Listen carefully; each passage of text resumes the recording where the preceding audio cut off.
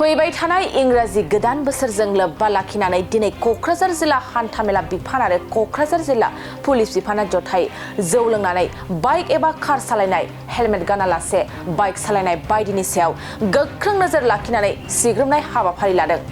गाहाय गोदान बोसोरनि मुङाव लावखार ओंखाम जानानै गोबां जौ लोंनानै गोबां गोख्रैथियाव बाइक एबा कार सालायनानै जाहाथे जाब्रबथाय जानानै अबथिरा जिउ गोमानो गोनां जाया बेखौ नोजोर होनानै क'क्राझार जिल्ला हान्थामेला बिफाना दासान्दि बे गोख्रों सिग्रोमनाय हाबाफारिखौ लादों।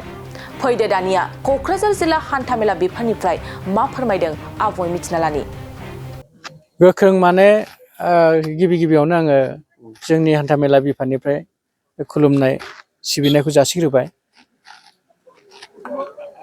दा नोंथाङा होननाय मथे गोख्रोङै सिग्रोमदों।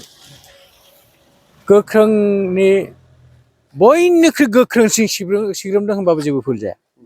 जों माने जिखुनु प्रकारै माने नैबे जाब्रबथायखौ जों होबथानो नाजादों।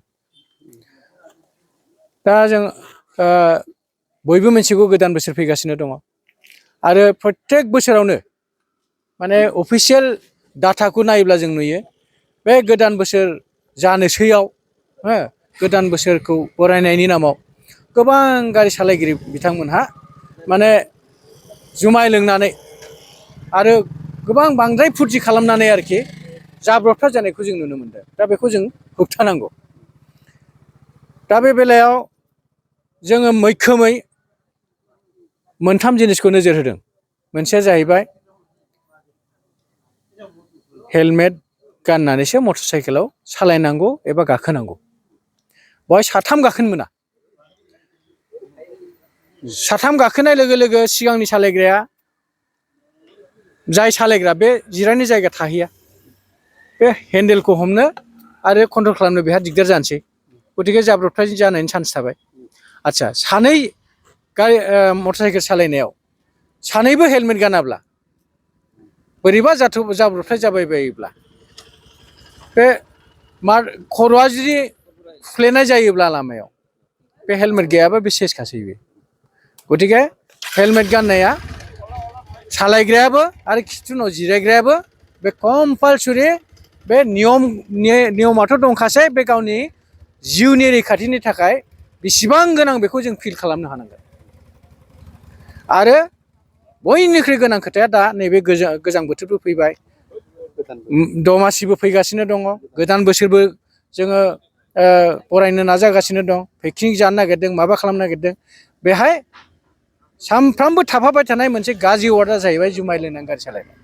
बे जुमाय लोंनानै गारि सालायनाया जेब्लाबो बेहाय माने आसाम सरकारनिफ्राय स्पस्ट भाबै जोंनि बिटिआर गभर्नमेन्टनिफ्रायबो स्पस्ट भाबै बेखौ होननाय दङ जे बेहाय जुमाय लोंनानै गारि सालायनाया टटेलि माने बे स्टप।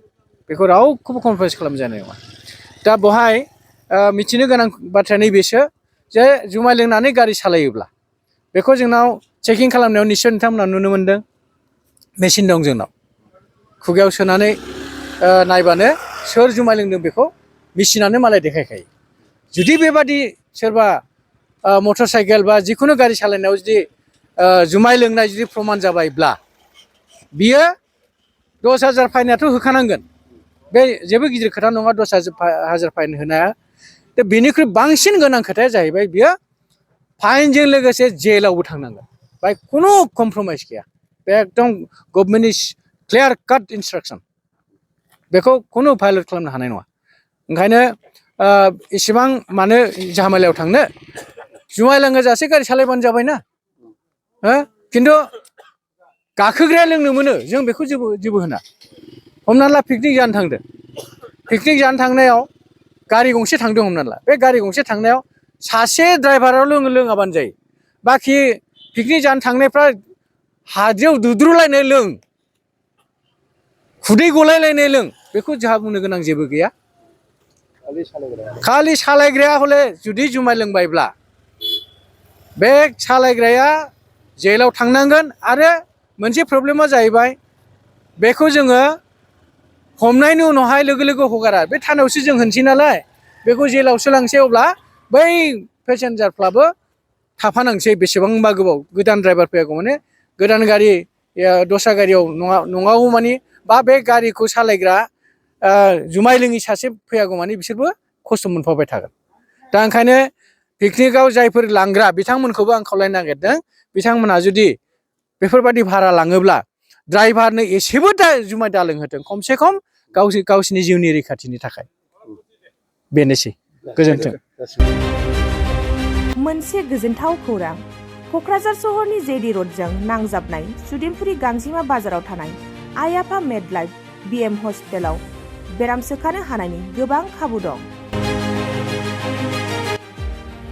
आइ आफा मेडलाइफ बिएम हस्पिटालनि फेसिलिटिफोरानो जाबाय medical laboratory, pharmacy, paediatrics, medicine, gynaecology, dental, urology, dental X-ray, play area, X-ray, sonography, OT, ICU, NICU एबा पिआइसिइउ आरो आइ आफा मेडलाइफ बिएम हस्पिटाला 24 घन्टा जेब्लाबो खुलायै थागोन।